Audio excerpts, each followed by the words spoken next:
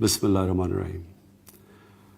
میرے پاکستانیوں، جو نیا پاکستان ہے وہ کیا ہے؟ میرا نیا پاکستان نبی صلی اللہ علیہ وسلم کی مدینہ کے ریاست کے اصولوں پہ انشاءاللہ بنے گا، اور یہ ایک عظیم ملک بنے گا۔ میں آج انشاءاللہ آپ کو کہہ رہا ہوں، یہ یاد رکھنا، یہ ایک عظیم ملک بننے جا رہا ہے۔ مدینہ کی ریاست کیا تھی؟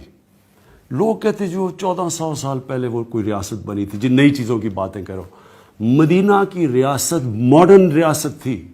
مدینہ کے ریاست کے جو آج اصول ہیں وہ مجھے افسوس سے کہنا پڑتا ہے ہمارے ملک میں نہیں ہے، وہ آج مغربی دنیا میں ہیں۔ کیا تھے مدینہ کی ریاست کے اصول؟ سب سے بڑی بات کہ جو ریاست کا سربراہ ہے وہ جواب دہ ہے، وہ قانون کے اوپر نہیں ہے۔ قانون کی بالادستی کا مطلب سارے انسان قانون کے سامنے ایک برابر ہے۔ کوئی یہ نہیں کہہ سکتا کہ جی تمہاری جرت ہے مجھے پوچھنے کی کہ نیب کو دھمکیاں دے رہے ہو کہ تمہیں نہیں پتا میں کون ہوں۔ مدینہ کی ریاست میں 2 خلیفہ وقت عدالت میں جا کے کھڑے ہوئے، جس میں ایک خلیفہ یہودی شہری سے کیس ہار جاتا ہے۔ مدینہ کی ریاست میں حضرت عمر جیسے دنیا کے عظیم انسان مسجد میں جب ان سے پوچھا جاتا ہے کہ آپ نے کدھر سے کپڑے خریدے، انہوں نے یہ نہیں کہا کہ پتہ نہیں میں کون ہوں، انہوں نے جواب دیا۔ سربراہ جواب دہ ہے۔ آج مغرب میں سربراہ جواب دہ ہے۔ ہمارے ملک میں جو میں ابھی آؤں گا، یہ جو تماشا ہو رہا ہے، جو ہوا ہے تماشا، کہ یہاں یہ سمجھتے ہیں کہ اگر ہم ایک مقام پہ پہنچ کر سربراہ ہوں تو میں قانون سے اوپر ہوں، کس کی جرت ہے مجھے ہاتھ لگانے کی؟ میں نیب کو کہتا ہوں کہ تمہاری جرت مجھے ہاتھ لگانے کے لیے نہیں ہے۔ ہم دور چلے گئے ہیں، اور آج ہمارا جو مسئلے ہیں وہ اس لیے ہیں کہ ہم دور چلے گئے ہیں ان اصولوں پہ، وہ نظریہ جس پہ پاکستان بننا تھا۔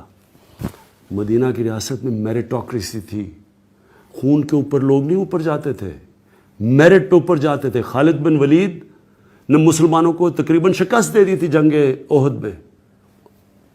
سرکار مدینہ نے ان کو سپہ سالار بنایا، سیف اللہ کا خطاب دیا۔ میرٹ پہ تھی، میرٹ تھی، قانون کی بالادستی تھی، انسانیت تھی، انسان کی قدر تھی۔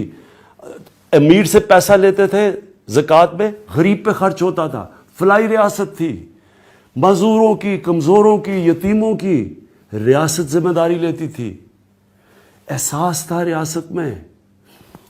اقلیتیں، چارٹر ان کے ساتھ سائن کیا تھا، مدینہ کا چارٹر، برابر کے شہری تھے، ملت کا حصہ تھی ساری اقلیتیں۔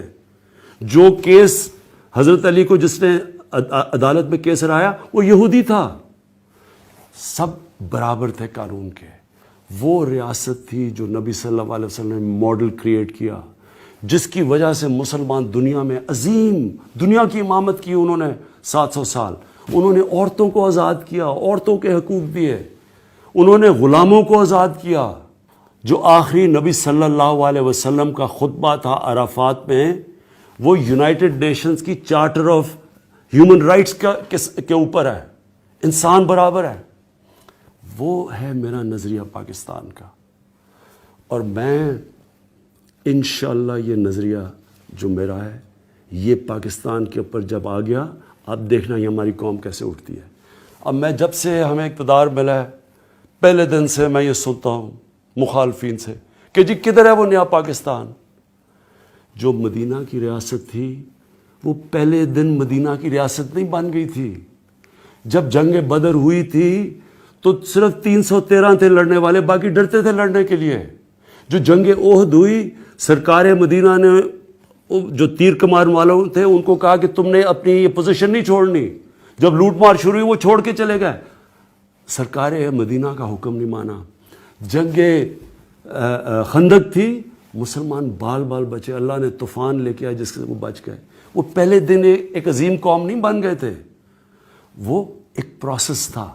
اور پھر وقت آیا کہ پہلے سارا عرب ان کے نیچے اور عرب ان کی حکم پہ چلا، اور پھر دنیا میں انقلاب آ گیا۔ یہ پہلے دن کوئی سوئچ نہیں ہے کہ عمران خان نے سوئچ لانا ہے تو یہ نیا پاکستان بن جائے گا۔ یہ ایک پروسیس ہے۔ اور میں آج آپ کو بتا دوں، اللہ نے پاکستان میں وہ، اور میں اس کا شکر ادا کرتا ہوں، وہ کام کیا جو کبھی کوئی تصور نہیں کر سکتا تھا پاکستان میں، کہ یہ بڑے بڑے برج جو آج جیلوں کے اندر ہے، کوئی سوچ بھی نہیں سکتا تھا. یہ ہے تبدیلی. کوئی یہ سوچ سکتا تھا آج اس پاکستان میں کہ جناب وہ لوگ جو قانون ججوں کو ٹیلی فون کر کے بتاتے تھے کہ یہ کرو، جنہوں نے ڈنڈوں سے سپریم کورٹ کے اوپر حملہ کیا اور سپریم کورٹ کے چیف جسٹس کو بگایا، پھر بریف کیس چلا کے ججز کو خریدا، یہ اس پاکستان میں ہوا کرتا تھا. آج ایک عدلیہ آزاد ہے. آج عمران خان نہ عدلیہ کو کچھ کر سکتا ہے، نہ نیب کو کچھ کر سکتا ہے. نیب میرے نیچے نہیں ہے. نیب ان دونوں نے مل کے نیب کو بنایا تھا. ہم نے نہیں نیب کو بنایا. نیب کا چیئرمین ہمارا نہیں ہے. کوئی بھرتی ہم نے نہیں کروائی. یہ وہ پاکستان ہے جدھر قانون کی بالادستی آہستہ آہستہ آپ کے سامنے نظر آ رہی ہے. جتنا میں اب تقریباً 9.5 مہینے ہو گئے، میں نے مشکل سے 8 دن کی چھٹی لی ہے. جس ہم ذہنی دباؤ سے گزرے ہیں کہ کسی طرح ہم یہ ملک کو سٹیبلائز کریں، خوف ہمیں تھا کہ اگر ہم نے قرضوں کی، ان کے لیے ہوئے قرضوں کی قسطیں نہ ادا کی، ملک ڈیفالٹ کر دے گا. اگر ملک ڈیفالٹ کرتا ہے تو آپ کو کسی کو اندازہ نہیں ہے کہ ملک کتنا پیچھے چلا جاتا. یہاں روپیہ کدھر، ابھی تو شور مچا رہے ہیں کہ روپیہ گرا ہے، آپ کو اندازہ نہیں روپیہ کہاں سے کہاں پہنچ جاتا. بوریاں اٹھا کے روپیوں کو لے کے جا کے ڈب روٹی ملنی تھی، جو آج وینزویلا میں ہو رہا ہے. ڈیفالٹ اگر ہو جاتا ہماری ساری اکانومی بیٹھ جانی تھی. اور انشاءاللہ یہ میرا دوسرا اپنی قوم سے وعدہ ہے. میں 22 سال یہ کہتا آیا تھا کہ اس ملک کا سب سے بڑا مسئلہ کرپشن ہے. آج میری قوم کو پتہ چل جانا چاہیے کہ کرپشن نے اس ملک کو کیا کیا. یہ نتیجہ ہے جب کہ کرپٹ لوگ، کرپٹ حکمران آتے ہیں، ان کے پیسے باہر پڑے ہوئے ہیں، ان کی جائیدادیں باہر پڑی ہیں، ان کی عیدیں باہر ہوتی ہیں، ان کے میڈیکل چیک اپس باہر ہوتے ہیں. کبھی آپ نے کسی ملک میں سنا ہے ملک کا فائنانس منسٹر باہر بھاگا ہوا ہے، اس کے بچے باہر ہیں، ان کی اربوں روپے اثاثے باہر ہیں. 3 دفعہ ملک کا پرائم منسٹر، اس کے 2 بچے جو اربوں پتی ہیں، وہ باہر بیٹھے ہوئے ہیں اور کہتے ہیں ہم پاکستان کے شہری نہیں ہیں اور ہم جواب دہ نہیں ہیں. وہ پرائم منسٹر باہر علاج کروانے جاتا ہے اور اس قرضے چڑھ رہے ہیں ملک کے اوپر. 28 کروڑ روپیہ ہمارا خرچ کرتا ہے اپنے علاج کے اوپر، جبکہ اس کا بیٹا 650 کروڑ روپے کے فلیٹ میں رہ رہا ہے. کوئی فکر نہیں تھی، کوئی شرم نہیں کہ یہاں لوگوں کے کیا حالات ہیں. ادھر دوسروں کو دیکھا، ان کے ہر دوسرے دن اٹھ کے باہر چلے جاتے ہیں. ان کا کیا انٹرسٹ ہے پاکستان کا؟ کبھی یہ سنا ہے کہ یہ شہباز شریف خادم اعلیٰ، جی خادم اعلیٰ کیا کرنے گیا باہر بھاگ کے؟ چیک اپ کیا ہے جی؟ چیک اپ کے لیے باہر گئے. ایک ہسپتال نہیں بنا سکے جدھر شریف خاندان کا چیک اپ ہو سکتا ہے پاکستان میں. سارے باہر. وہ اس کا وہ دماد ہے، وہ صاف پانی کے کیس میں اس کو پیسے مل رہے ہیں، ابھی وہ کرائے کے لیے جگہ ہی نہیں بنی اور کروڑوں روپیہ کما رہا ہے، وہ بھاگا ہوا ہے. اس کا جو دوسرا سلمان شہباز ہے وہ بھاگا ہوا ہے. اس کی 99% جو اس کی ساری یہاں پیسہ آیا ہے وہ سارا باہر سے آیا ہے. وہی یہ پاپڑ والے ٹائپ لوگوں سے جو کبھی پاکستان سے باہر نہیں گئے، ان کے نام پہ باہر پائے. یہاں سے پیسہ باہر بھجوایا ہنڈی سے چوری کر کے، اور ادھر سے یہ لوگ بٹھائے ہوئے جن سے پیسہ باہر یہاں بھیجتے ہیں. ان کو کوئی فکر نہیں ہے کہ ملک اوپر جا رہا ہے نیچے جا رہا ہے. ان کا صرف مقصد یہ ہے اپنا باہر کا پیسہ کیسے بچانا ہے. اور انشاءاللہ یہ جو ہم نے کمیشن بنائی ہے، میں آپ کو آج کہہ رہا ہوں کہ یہ انشاءاللہ اب میں اس کو پورا سپروائز کروں گا. مجھے اب ٹائم ملا ہے، میں انشاءاللہ آپ کو بتاؤں گا کہ یہ 24,000 ارب روپیہ 10 سالوں میں انہوں نے اس ملک کے اوپر قرضہ کیسے چھڑایا ہے. ہمارے سے جواب مانگ رہے ہیں، میں اب ان سے جواب مانگوں گا اور ایک ایک سے مانگوں گا.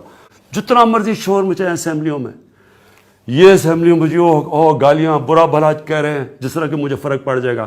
میں وہ ہوں جو 1 لاکھ لوگوں کے سٹیڈیم میں جاتا تھا مخالف گراؤنڈ کے اندر اور سارے مجھے برا بھلا کہہ رہے ہوتے تھے. مجھے ان تھوڑے سے لوگوں سے کوئی زندگی میں فرق نہیں پڑتا. لیکن میرا جو مرضی آپ نے کرنا کرے، میں آج آپ سب کو بتا رہا ہوں. ایک ایک کو میں نے جس نے اس ملک کو نقصان پہنچایا، انشاءاللہ میں آپ کو نہیں چھوڑوں گا، کیونکہ مجھے پتہ ہے میرے لوگوں کے اوپر کیا گزر رہی ہے. مجھے کوئی بلیک میل کرنے کی کوشش کرے نا کہ میری گورنمنٹ چاہ رہی ہے، یہ تو بڑی چھوٹی چیز ہے گورنمنٹ جانے کی. میری جان بھی چلی جائے نا، میں نے ان چوروں اور ڈاکوؤں کو نہیں چھوڑنا. یہ میرا اپنی قوم سے وعدہ ہے. یہ میں اللہ کو کہہ کے آیا تھا کہ میں نے کہا اللہ مجھے ایک موقع دے دے, ایک موقع دے. جو انہوں نے میرے ملک کے ساتھ کیا میں نے ان کو کسی صورت نہیں چھوڑنا.